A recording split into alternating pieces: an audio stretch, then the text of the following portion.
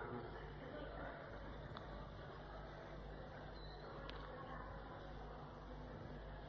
मैं कौन हूं,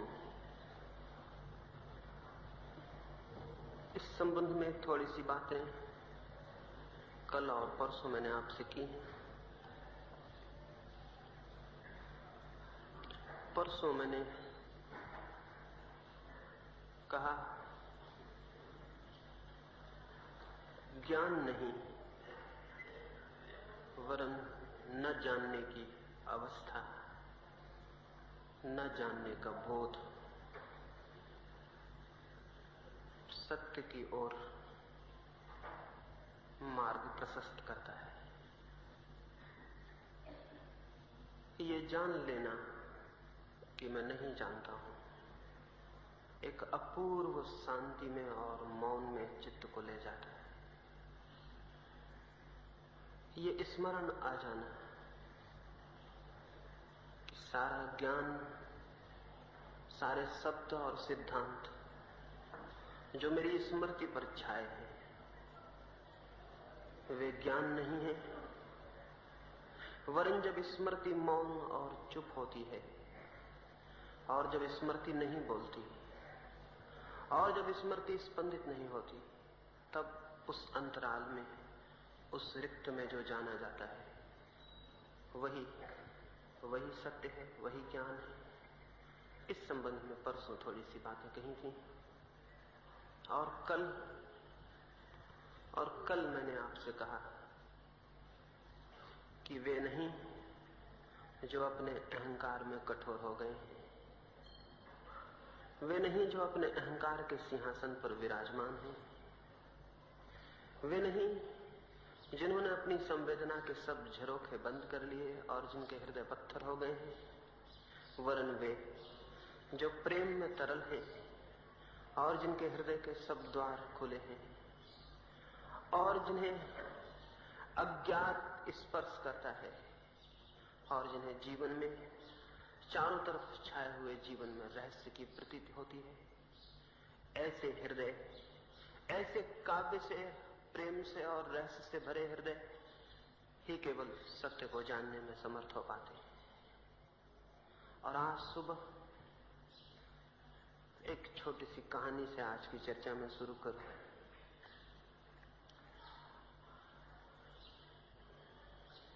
एक राजमहल के द्वार पर बड़ी भीड़ थी।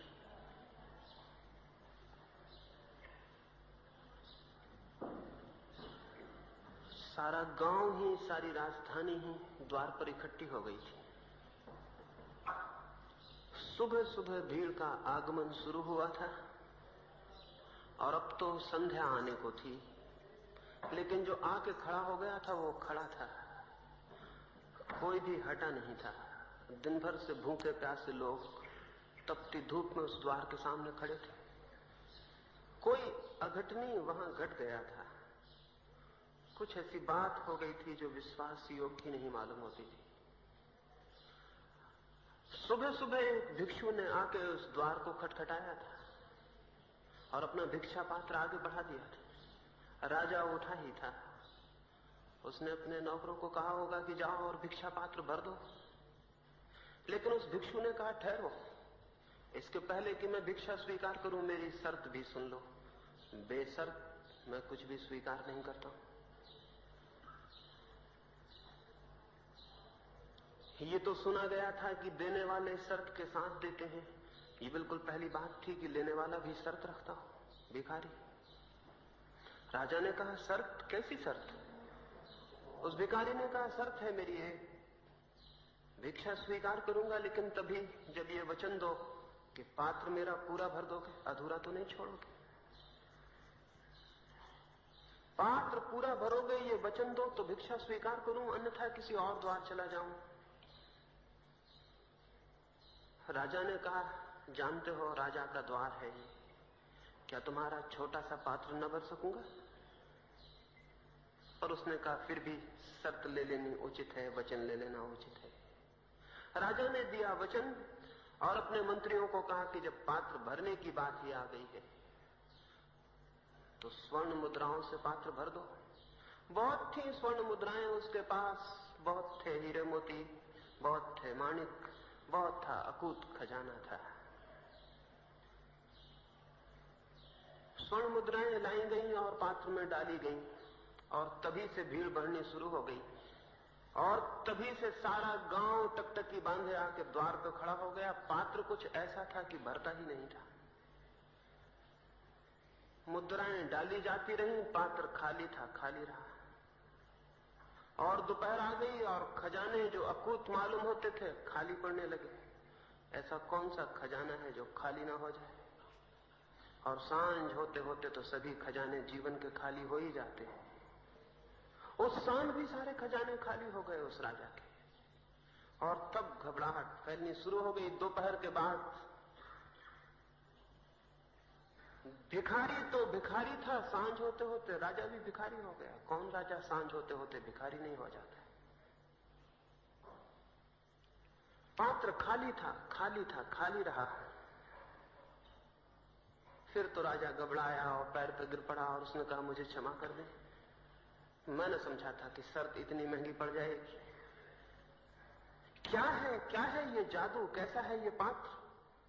छोटा सा दिखाई पड़ता और भरता नहीं, और खजाने जो मेरे बड़े दिखाई पड़ते थे खाली हो गए, व्यर्थ हो गए। छोटा सा पात्र और बड़े खजाने न भर पाए। क्या है इस पात्र में? कैसा जादू है? उस भिक्षु ने कहा, कोई भी जादू नहीं। एक मरघट से निकलता था, आदमी की एक खोपड़ी पड़ी मिल गई, उससे ही इस पात्र को बना लिया है। आदमी की खोपड़ी से बना हुआ पात्र है। किस आदमी की खोपड़ी कब भरी है? किस आदमी का मन कब भरा है? पात्र में कोई जादू नहीं है, एक साधारण से आदमी का सिर है।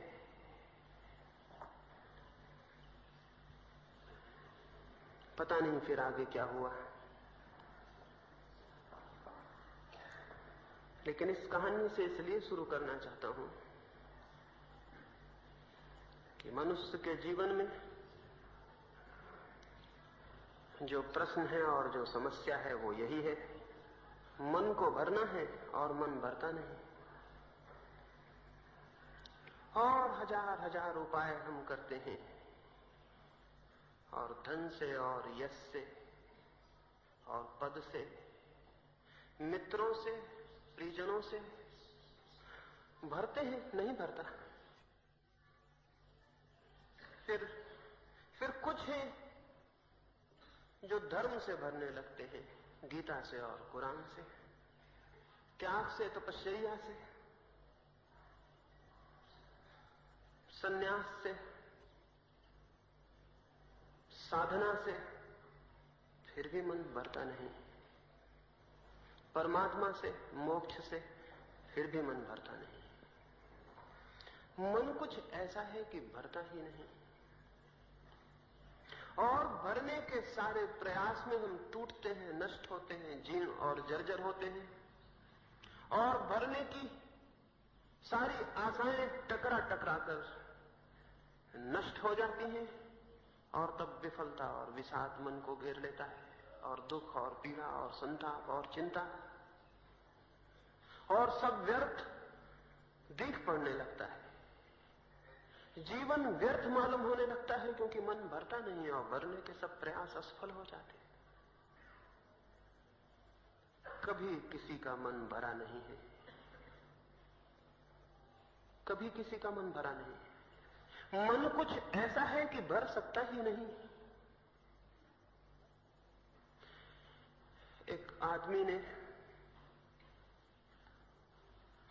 एक प्रेत की आत्मा को वश में कर लिया था। कहानी है और सच मत मान लेना, और नहीं तो किसी प्रेत की आत्मा को वश करने निकल पड़े। क्योंकि बहुत सी कहानियों को हमने सच मान लिया है, इसलिए कहता हूं। बहुत सी कहानियों को हमने सच मान लिया है, इसलिए कहता हूं। कहानियों में सच्चाइयां होती हैं, कहानियां सच नहीं होती। उस आदमी ने प्रेत की आत्मा को वश में कर लिया था, लेकिन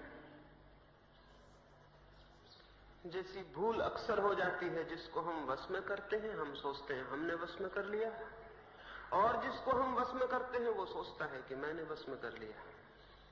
जैसे कि भूल रोज जिंदगी में हो जाती है, वैसी भूल वहां भी हो गई थी, क्योंकि जिसे हम बांध लेते हैं अनजाने, उससे हम बंध जाते हैं, और जिसे हम परतंत्र कर लेते हैं हम उसके परतंत्र हो जाते हैं।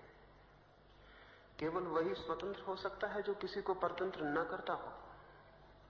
उसने उस प्रेत को परतंत्र कर लिया था, भूल में पीछे पता चला कि वो खुद ही परतंत्र हो गया, क्योंकि उस प्रेत ने कहा कि मुझे चैन नहीं पड़ती, मुझे तो काम चाहिए, निरंतर काम चाहिए। कितने काम थे, सब चुक गए, और वो प्रेत बार बार खड़ा हो जाए और पीछे आके धक्के देने लगे कि मुझे काम दो, मुझे चैन नहीं पड़ती, बेकाम में बैठ सकता नहीं हूं। वो आदमी तो घबराया, कहां से काम लाए, सब काम चुक गए, जो जो कामनाएं थी सब उसने पूरी कर दी, और तब मुश्किल खड़ी हो गई। वो प्रेत भारी पड़ने लगा और वो खड़ा है पीछे और धक्के दे रहा है कि मुझे काम दो। वो आदमी बहुत घबराया, बहुत बेचैन हुआ, बहुत परेशान हुआ। गांव के बाहर एक वृद्ध फकीर रहता था, उसके पास गया। जब कोई बहुत बेचैन और परेशान हो जाता है तो फकीरों को खोजता है, उनके पास जाता है। वो भी गया और उसने उस वृद्ध फकीर को पूछा कि मैं बहुत मुश्किल में हूं, एक प्रेत को पाल लिया। पहले तो सोचा था बड़ा अच्छा हुआ, सब काम करवा लूंगा, अब मुसीबत हो गई, फांसी बन गई। अब काम नहीं सोचते कि क्या करवाऊं, वो मेरे प्राण लिए ले रहा है। अगर उसे मैंने कोई काम ना दिया तो वो अब एक ही काम करेगा, मुझे समाप्त कर देने का काम, और कोई काम बचा नहीं है। अब क्या करें? उस वृद्ध ने कहा, ये डब्बा ले जाओ। एक डब्बा पड़ा था टूटा फूटा, इसे ले जाओ और उसे कहना इसे भरो। वो डब्बे को ले आया। रास्ते में बहुत सोचा कि बड़ा पागल मालूम होता है ये बूढ़ा, क्योंकि डब्बे में नीचे कोई बॉटम ना थी, कोई तलहटी ना थी, बॉटमलेस, बिना तलहटी का था। उसमें कोई पेंदी ना थी, पोला था ऊपर से भी नीचे से भी। लेकिन जब उसने कहा था तो सोचा कि देखूं, जाके डब्बा लटका दिया। उस प्रेत को कहा कि कुएं से पानी खींचो और इसमें भरो। प्रेत पानी खींचने लगा और भरने लगा, और तब से अब तक वो प्रेत पानी भर रहा है। वो आदमी तो कभी का मर भी गया, वो पानी भर नहीं पाता है। और वो प्रेत सोचता नहीं कि देखे कि इसमें तलहटी भी है या नहीं।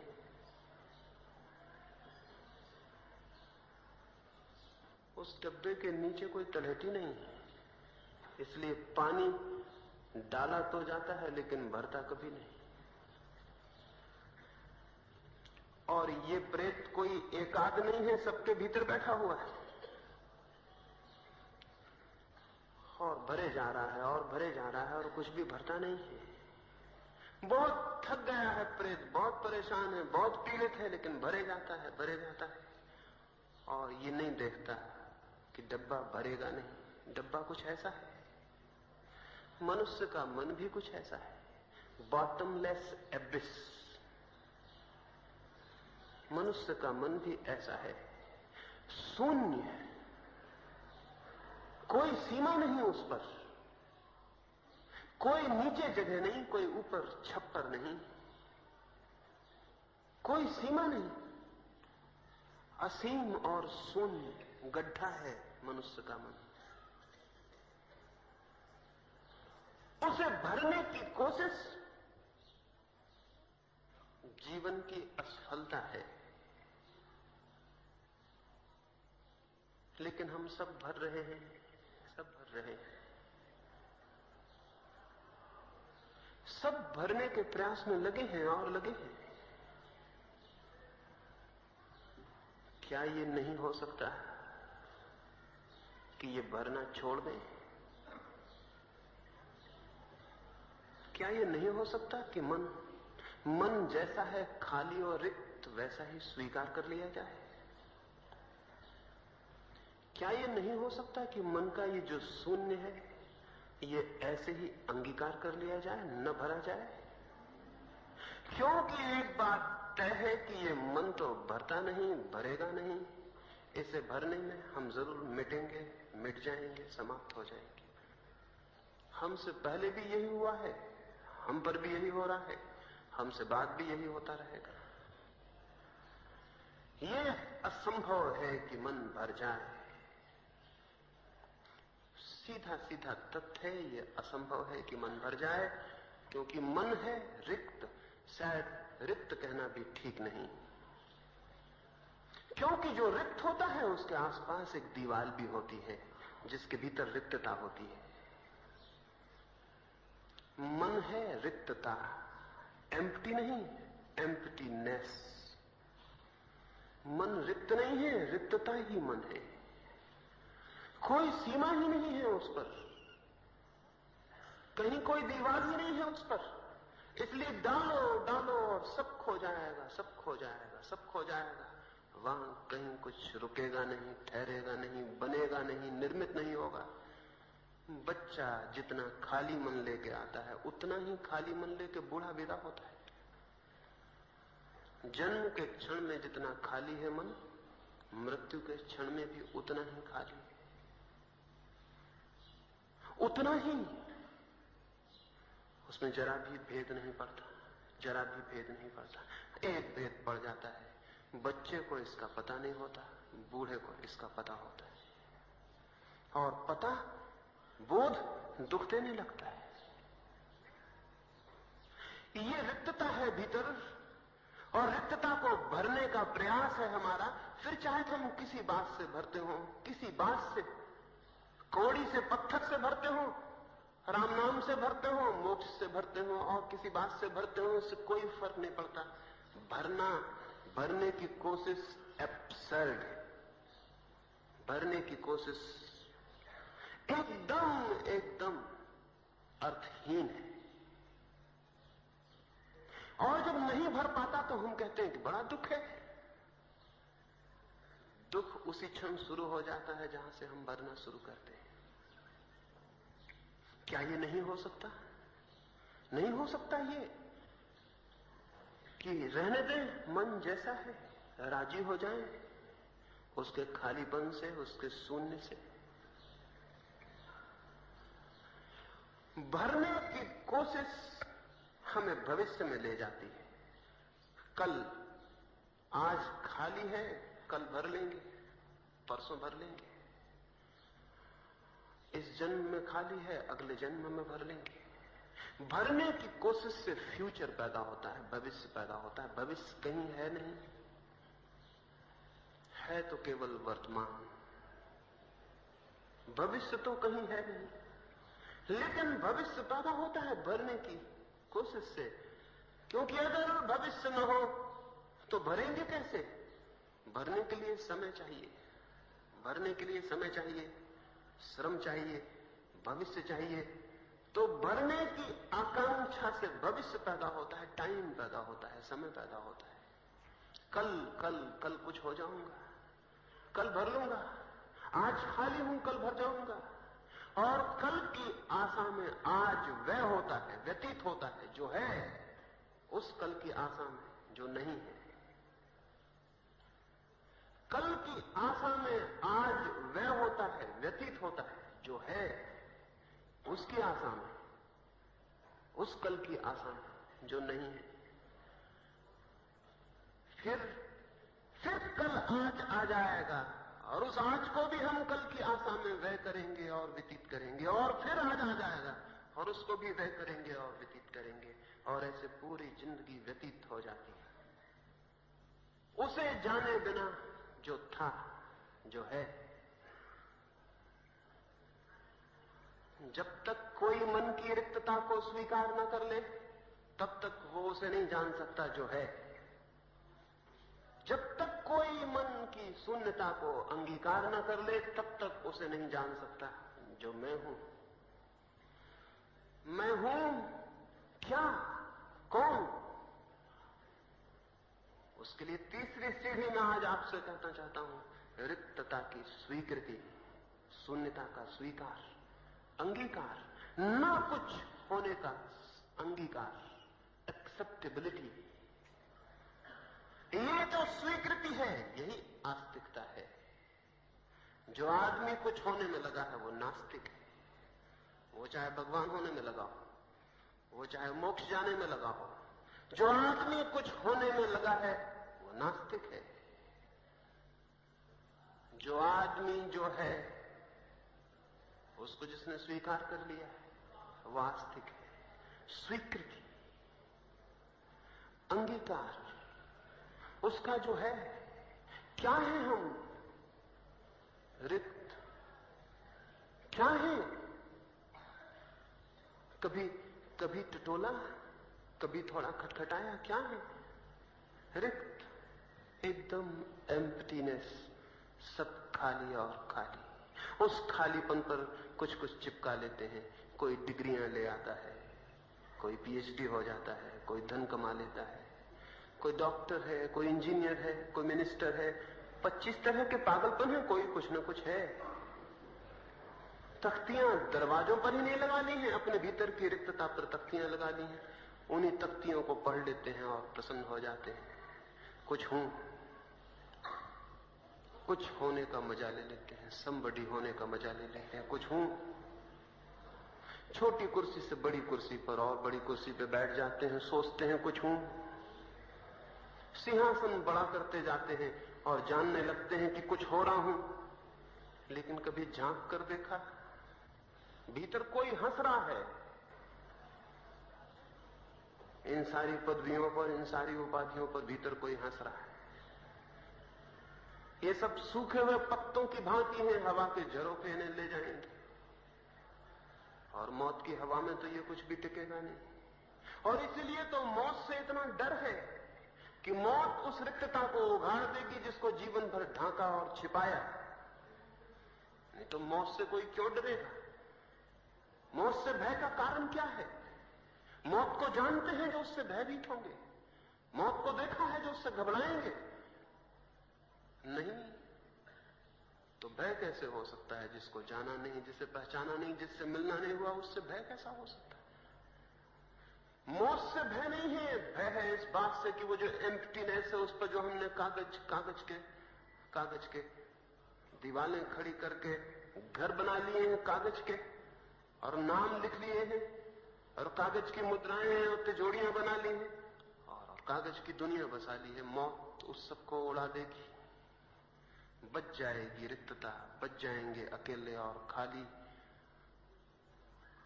इसलिए मौत से डर है। इसलिए है मौत से डर कि वो रिक्तता उसकी स्वीकृति नहीं है। और जो अपनी रिक्तता को स्वीकार कर लेता है उसके लिए तो मौत रही ही नहीं। अब मौत और क्या करेगी? अब मौत और क्या करेगी? अब मौत और क्या करेगी? उसने खुद ही उन कागज की तख्तियों को उड़ा दिया और उस महल में आग लगा दी जो कागज का था। और जब वो महल जल जाता है तब पीछे जो शेष रह जाता है वही मैं हूं। एक आदमी पता नहीं आपको भी मिला हो, शायद सुना हो, किसी रास्ते पर कहीं मिल गया हो। एक आदमी चिल्लाता फिरता है और पागल हो गया है। और वो निरंतर यही कहता रहता है, here ends the world stop. वो यही कहता रहता है, यहां दुनिया समाप्त होती है, ठहरो। उसका दिमाग खराब हो गया है। शायद यहां भी सुना हो, इस गांव में भी वो आदमी आया हो। मुझे वो आदमी एक दफा मिल गया तो मैं उसकी कथा सुना कि बात क्या है, तुम्हें क्या हो गया? तो उस आदमी ने कहा कि मैं भी सत्य की खोज में निकला था और मैं खोजता गया और आखिर वहां पहुंच गया जहां रास्ता खत्म हो जाता था और जहां अंतिम रोड साइन लगा था उस पर लिखा था, here ends the world stop. मैं वहां पहुंच गया जहां दुनिया समाप्त होती थी और अंतिम तख्ती आ गई सड़क की। और उसके बाद फिर न कोई रास्ता था, न कोई दुनिया थी, न कोई गति थी। फिर तो था शून्य, एकदम शून्य, अतल। और वहां तख्ती लगी थी, रुक जाओ, बस यहां दुनिया समाप्त होती। और मैंने झांक के देखा और मेरा सिर फिर गया। वहां न तो नीचे कुछ स्थान था, न ऊपर कोई छप्पर था, और न आगे कुछ था और न किसी दिशा में कुछ था, बस शून्य था। और तब मैं घबरा गया और आंख बंद की और मैं भागा, और तब से मैं भाग रहा हूं। और तब से ऐसा घबरा गया हूं कि रह रह के बस मुझे यही ख्याल आ जाता है, हियर एंड्स द वर्ल्ड। रुक जाओ, यही दुनिया समाप्त होती है। उस आदमी से मैंने कहा कि मैं भी गया हूं, उस तख्ती को मैंने भी पढ़ा है। तुम थोड़े जल्दी लौट आए, एक क्षण और रुक जाते, उस तख्ती की दूसरी तरफ भी देख लेते। दूसरी तरफ लिखा था, here begins the God jump. यहां ईश्वर शुरू होता है, कूद जाओ। तुम थोड़ा जल्दी लौट आए, थोड़ा और रुक जाते, शायद मिला हो वो आदमी, या न मिला हो तो छोड़ें उसे, खुद ही चले जाएं उस जगह जहां ये तख्ती लगी है कि यहां सब समाप्त होता है। ठहर जाओ। हर एक के भीतर वो टर्मिनस है, वो जगह है जहां सब रास्ते समाप्त हो जाते हैं। जाएं वहां, और जब ऐसा लगने लगे कि सब खोया और अब तो ये अतल शून्य सामने आ रहा है और सब गया और सारी पकड़ गई और मुट्ठी खाली हुई जाती, तब घबराना मत, क्योंकि वहां जहां सब समाप्त होता है वहीं सब शुरू होता है। और तब डरना मत और कूद जाना उस शून्य में, उस अतल में, और उसी शून्य में वो पाया जाता है जो है। उसी शून्य में वो पाया जाता है जो है। लेकिन हम सब तो कुछ न कुछ पकड़ लेते हैं।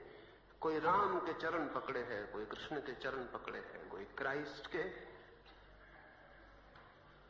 कोई कुछ और पकड़े हैं, कोई कुछ और पकड़े हैं, कोई कुछ और। हम तो कुछ पकड़े हैं, और जो आदमी मन के तल पर कुछ भी पकड़े है वो अपनी रिक्तता को भरने की कोशिश कर रहा है। वो कूदने के लिए तैयार नहीं है शून्य में। जो शून्य में कूदने को तैयार नहीं है वो स्वयं को नहीं पा सकेगा। जो कुछ होने की कोशिश में है वो उसे नहीं पा सकेगा जो वो है। जो कहीं पहुंचने की कोशिश में है वो वहां नहीं पहुंच सकेगा जहां वो खड़ा है। जो भरने की कोशिश में है वो खाली रह जाएगा, और जो राजी है खाली होने को, वो पाएगा कि वही खालीपन सबसे बड़ी भरावट है। वो पाएगा कि वही शून्य पूर्ण है। वो पाएगा कि वही रिक्तता परमात्मा है। वो पाएगा कि वही स्वयं है, वही आत्मा है, वही है मोक्ष, वही है निर्वाण। शून्य, मैं कौन हूं, शून्य में पाया जाएगा। राजी हैं शून्य होने को? कोई कठिनाई नहीं है, क्योंकि शून्य है। सिर्फ राजी होने की बात है। कुछ करना नहीं है शून्य होने को कि आप पूछने आ जाएं कि क्या करें और कैसे शून्य हो जाएं। शून्य है। सिर्फ शून्य न होने की जो कोशिश कर रहे हैं, कृपा करें और उस कोशिश को जाने दें। हम सब कोशिश कर रहे हैं कुछ होने की, बस जो कुछ होने की कोशिश कर रहा है वो संसार में है, और जिसने होने की कोशिश जाने दी, छोड़ दी। जो कुछ होने के लिए तैर रहा है वो धारा के विरोध में तैर रहा है, वो अपस्ट्रीम तैर रहा है, वो टूटेगा और नष्ट होगा और मिटेगा। लेकिन जो छोड़ रहा है और धारा में बहने को राजी है, हाथ छोड़ देता है और बह जाता है सागर की तरफ, वो पहुंच जाता है। इसलिए आज की सुबह आपसे कहूंगा, तैरे नहीं बहें। जीवन में तैरे नहीं बहें। जीवन में कुछ होने का ख्याल आत्मघाती है, अधर्म है, वही संसार है। उसे जाने दें, जाने दें, छोड़ दें। ये कोशिश कुछ होने की इतनी एब्सर्ड है। एक एक भिक्षु चीन पहुंचा भारत से। चीन का सम्राट उसके स्वागत को राज्य की सीमाओं पर आया, देख के बहुत हैरान हो गया। वो भिक्षु न मालूम कैसा पागल था, बोधि धर्म था उसका नाम। पागल ही रहा होगा, क्योंकि इस पागलों की दुनिया में स्वस्थ और नॉर्मल होने का अर्थ पागल होना है। इस पागलों की दुनिया में जब भी कोई आदमी स्वस्थ, सच में स्वस्थ होता है तो पागल मालूम पड़ता है। वो बोधि धर्म प्रविष्ट हुआ तो अपने सिर पे जूते रखे हुए था, पैर में तो नहीं पहने हुए था, सिर पे रखे हुए था। सम्राट वू ने जिसका उसका स्वागत किया, उसने कहा, अरे ये क्या पागलपन, ये आदमी कैसा है, सिर पे जूते रखे हैं। पूछा एकांत में कि बनते, ये क्या किया आपने, ये क्या किया? सारे लोग हंसते हैं, सिर पे जूते रख के आए। बोधि धर्म बोला, अगर मेरा बस चलता तो अपने पैर सिर पे रख लेता और आता। बोधि धर्म बोला, अगर मेरा वश चलता तो अपने पैर सिर पर रख लेता और आता। नहीं चला, इसलिए जूते रख के आया। उसने कहा, मैं समझा नहीं, मैं समझा नहीं। बोधि धर्म ने कहा, हर आदमी जो कुछ होने की कोशिश में है, अपने सिर पर पैर रख के चलने की कोशिश में। इतनी ही एब्सर्ड है ये बात। जो आदमी कुछ होने की कोशिश में है, क्योंकि कोई कुछ नहीं हो सकता जो वो नहीं है, जो है वही हो सकता है, कोई कुछ और नहीं हो सकता। कुछ होने की कोशिश असंभव की कोशिश है,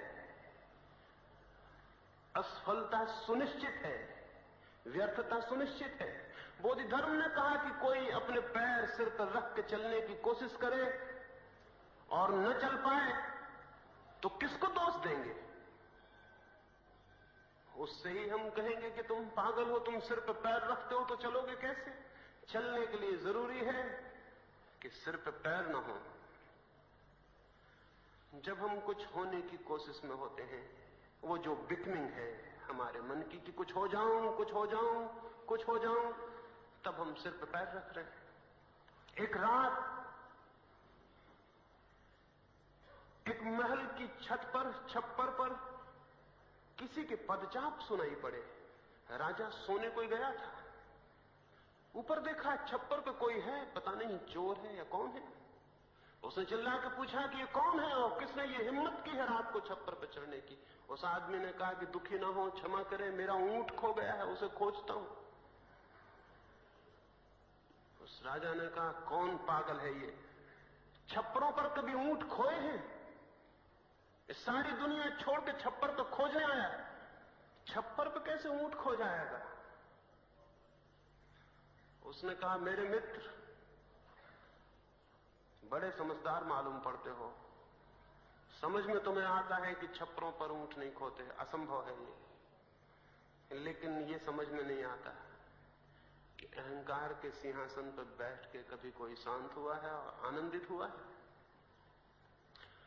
भागा राजा, उठ के बाहर आया, जैसे किसी ने नींद से हिला दिया, सोया ही था। बहुत खोजा, वो आदमी मिला नहीं। दूसरे दिन बहुत उदास था। इब्राहिम नाम था उस राजा का, बहुत उदास था। बैठा था सिंहासन पर जाकर दरबार में, और तभी एक अतिथि भीतर घुस आया। द्वारपालों ने रोका उसने, लेकिन उसने द्वारपालों से कहा, हट जाओ। धर्मशाला में सभी को ठहरने का हक है। द्वारपाल बोले, पागल हुए हो, राजा का महल है, सराय नहीं, धर्मशाला नहीं। उसने कहा, हटो, राजा से ही बात कर लेंगे। दिखता है कोई आदमी सराय में ज्यादा दिन ठहर गया तो इस भ्रम में आ गया है कि मालिक हूं। वो भीतर पहुंच गया, वैसे दबंग को द्वारपाल न रोक पाए। दरबार भरा था, उस राजा से उसने कहा कि क्या इस सराय में मैं कुछ दिन ठहर सकता हूं? वो राजा बोला, बहुत पागल मालूम होते हो, रात ही एक पागल से मिलना हुआ, ये दूसरे आ गए। सराय नहीं है, ये मेरा निवास स्थान है, शब्द वापस लो, नहीं जवान कटवा देंगे।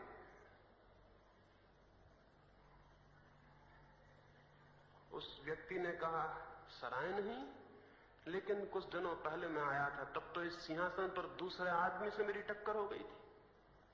उस राजा ने कहा, वो मेरे पिता थे। उस फकीर ने पूछा कि अब वो कहां है? और मैं तो उसके पहले भी आया था, तब दूसरे आदमी से टक्कर हो गई थी, तब कोई दूसरा आदमी सिंहासन पर बैठा था। उस राजा ने कहा, वो मेरे पिता के पिता थे। और उसने कहा, उसके पहले भी मैं आया था, मैं बहुत दफे आ चुका हूं, लेकिन हर दूसरा आदमी पाया तो मैंने सोचा कि जरूर ये सराय हैं, यहां लोग ठहरते हैं और चले जाते हैं। तो क्या मैं इस सराय में ठहर सकता हूं?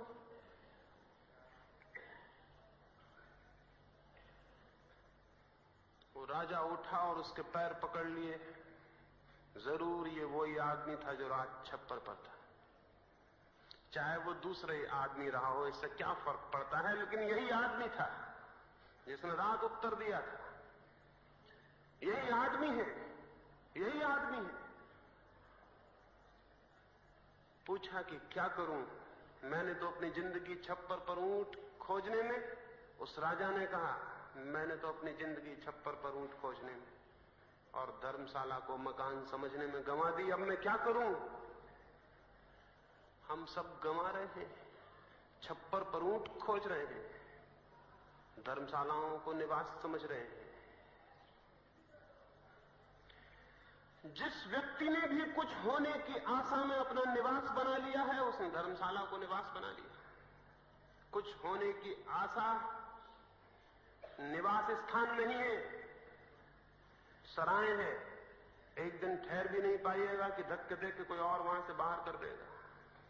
और दौड़ते रहिए, सराय में भटकते रहिए, दुख होगा और पीड़ा होगी। अपने घर लौटे बिना कोई रास्ता नहीं है।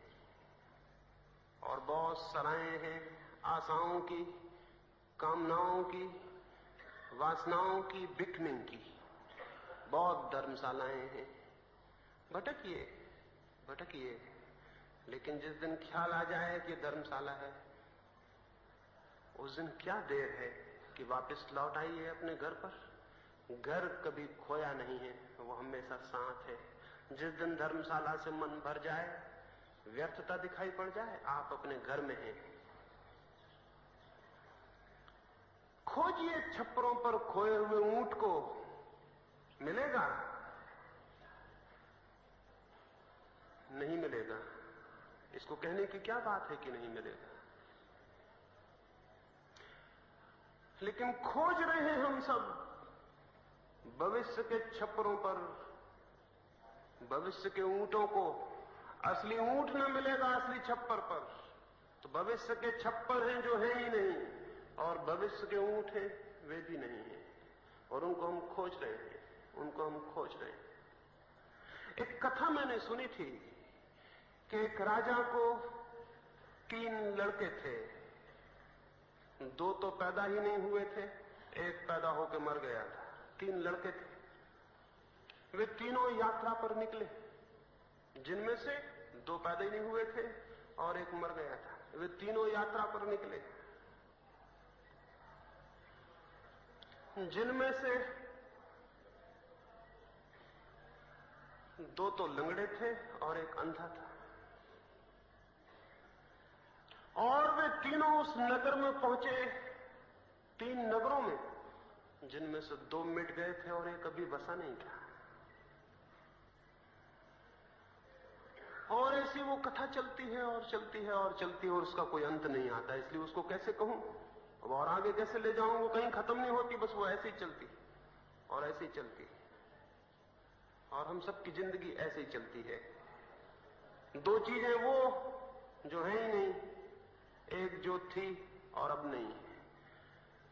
अतीत जो मिट चुका, भविष्य जो नहीं है, उसमें हमारी सारी यात्रा चलती है। ये होने की यात्रा बाधा है। मैं कौन हूं, उसे जानने, उसे पहचानने, उसके साथ एक होने। इसलिए मैं कहता हूं, इसलिए कहूं, स्वीकार कर लें उस शून्य को जो भीतर है। उसकी स्वीकृति से फलित होता है धर्म। उसकी स्वीकृति से फलित होता है ज्ञान, उसकी स्वीकृति से निकलता है वो जो जीवन को शांति से और आनंद से भर जाता है। मिट जाए उस शून्य में, उस शून्य में डूब जाएं, उस शून्य के साथ एक हो जाएं, हैं उसके साथ एक है। और जिस दिन भी उस अंतराल में और शून्य में क्षण भर को भी ठहर जाएंगे, जिस दिन को उस अपने घर में क्षण भर को ठहर जाएंगे, उस नथिंगनेस में, उसी दिन पाएंगे कि सब पा लिया गया, उसी दिन पाएंगे कि सब मिल गया, उसी दिन पाएंगे कि कुछ खोया नहीं था कभी। तो न तो ले जाएगा योग, न ले जाएगा ध्यान, न ले जाएंगे मंत्र तंत्र, न ले जाएगा मोक्ष, न कोई गीता और न कोई कुरान, न कोई गुरु, न कोई उपदेशक, कोई नहीं ले जाएगा। क्योंकि जब तक किसी के द्वारा आप जाना चाहेंगे तब तक का अर्थ है कि आपने शून्य को स्वीकार नहीं किया, आप कुछ होना चाहते हैं। और जब तक आप कुछ होना चाहते हैं तब तक आप वो नहीं हो सकेंगे जो आप हैं। लाओ त्से ने कहा है, खोजो और खोदोगे, दौड़ो और कहीं न पहुंच पाओगे। मत खोजो और पालो, रुक जाओ और पहुंच जाओ, ठहरो और वहीं हो जहां जाना चाहते हो। बड़ी ठीक, एकदम ठीक बात है। क्या रुकने को राजी हैं?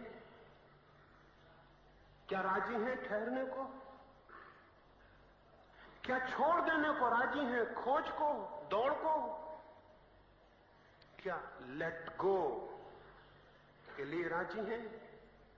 यदि हैं तो बस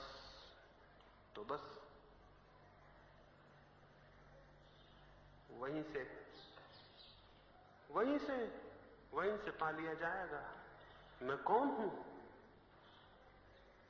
वहीं से आ जाएगा। वहीं से कोई भर देगा सब शून्य, कोई उतर आएगा। वर्षा होती है पहाड़ों पर भी, झीलों पर भी। झीलें भर जाती हैं, पहाड़ खाली रह जाते हैं।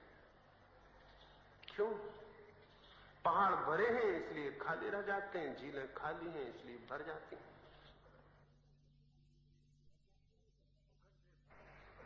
गड्ढे भर जाते हैं वर्षा होती है तो, और टीले खाली रह जाते हैं। टीले पहले से ही भरे हुए हैं। गड्ढे धार्मिक चित्त टीलों की तरह नहीं है, उठते हुए टीलों की तरह, भरते हुए टीलों की तरह नहीं, खाली गड्ढों की तरह। खाली गड्ढों की तरह हो जाएं और हैं वो जो बॉटमलेस एबिस है, वो जो गढ़ा है शून्य और रिक्त और असीम, उसको भरने में न लगे। उसको भरने में लगे कि गए, छोड़ दें भरने का ख्याल और हो जाए वही शून्य। बस उसी शून्य से कुछ होता है जो शब्दों में नहीं कहा जा सकता, कुछ होता है जो इशारों से नहीं बताया जा सकता, कुछ होता है जिसे गीत नहीं गा सकते, कुछ होता है जिसे आंसू नहीं कह सकते, कुछ होता है जिसे कहने का कोई उपाय नहीं। परमात्मा करे शून्य रिक्त होने की क्षमता, साहस, स्मृति आ जाए। और ज्यादा नहीं कहूंगा, और ज्यादा कुछ कहने को है भी नहीं।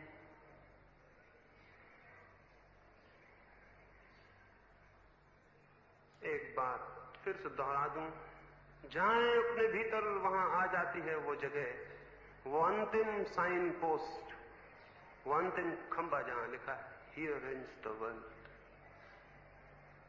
यहां होती है दुनिया समाप्त, रुक जाओ, वहां रुकना मत। उसी तख्ती की दूसरी तरफ लिखा है हियर बिगिंस द गॉड, यहां होता है शुरू परमात्मा, कून जाओ, कून जाना। जो कून जाता है वो पा लेता है। एक छोटी सी कहानी और चर्चा पूरी। एक रात एक यात्री एक अंधेरी अमावस में एक पहाड़ से गुजरता था। पैर उसका फिसल गया।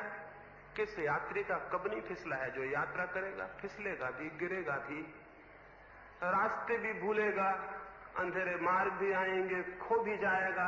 वो भी भटक गया अंधेरे रास्तों में, उसका पैर फिसल गया और गिर गया एक बड़े खड्ड में।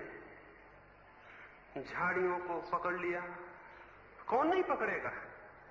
हम सब पकड़े हुए लटके हैं झाड़ियों को।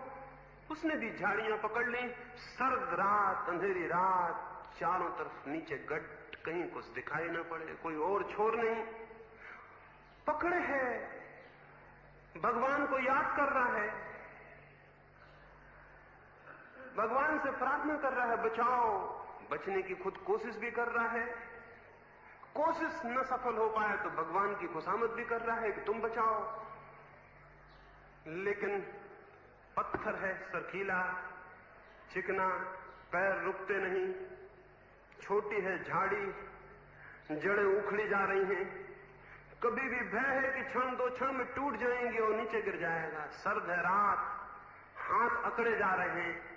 थोड़ी देर बाद हाथ जड़ हो जाएंगे और फिर झाड़ी को पकड़ना संभव नहीं रह जाएगा। पैर टिकते नहीं है, हाथ कठिनाई में है, झाड़ी है कमजोर, नीचे है गड्ढा। बड़ी मुश्किल है, बड़ी मुश्किल है। और क्या मुश्किल हो सकती? परेशान परेशान। लेकिन थोड़ी देर में कोई उपाय सफल नहीं होता। रखे हुए पैर नीचे खिसल जाते हैं, हाथ जड़ होने लगे, झाड़ियों की जड़ें आवाजें कर रही हैं, उखड़ रही हैं।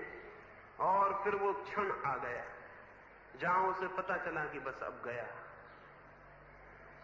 हाथ सरकने लगे, झाड़ियां छूटने लगी। जाना उसने कि गया, और फिर हाथ छूट गए और झाड़ियां छूट गई, और छूटते उसने जाना कि मिटा। लेकिन छूटते ही क्या जाना? छूटते ही जाना कि नीचे तो जमीन आ गई, अंधेरे में दिखाई नहीं पड़ती थी, गड्ढा था ही नहीं। और तब वो खूब जोर से उस अंधेरी रात में उस पहाड़ी घाटी में हंसने लगा कि बड़ा पागल था मैं। व्यर्थ ही इतनी देर कष्ट सहा, व्यर्थ ही इतनी देर तकलीफ सही, व्यर्थ ही इतनी देर मरने में लटका रहा, मौत में अटका रहा, व्यर्थ इतनी देर मरा। क्योंकि जितनी देर लटका था उतनी देर ही मरता रहा, उतनी देर ही लगता रहा कि मरा मरा मरा, गया गया, टूटा छूटा, और ताकत लगाता रहा। और हाथ छूट गए और पाया कि नीचे जमीन थी, अंधकार में दिखाई नहीं पड़ती थी। वो जो भीतर रिक्तता है वही पूर्णता है। एक दफा छोड़े और देखें, छोड़ते ही पता चलेगा जमीन आ गई। जो शून्य में होने को राजी है वो परमात्मा की भूमि पर खड़ा हो जाता है। मेरी बातों को इतने प्रेम और शांति से सुना, उससे बहुत बहुत अनुग्रहित हूं। सबके भीतर बैठे उस शून्य के प्रति मेरे प्रणाम स्वीकार करें। वही परमात्मा है, वही सब कुछ है।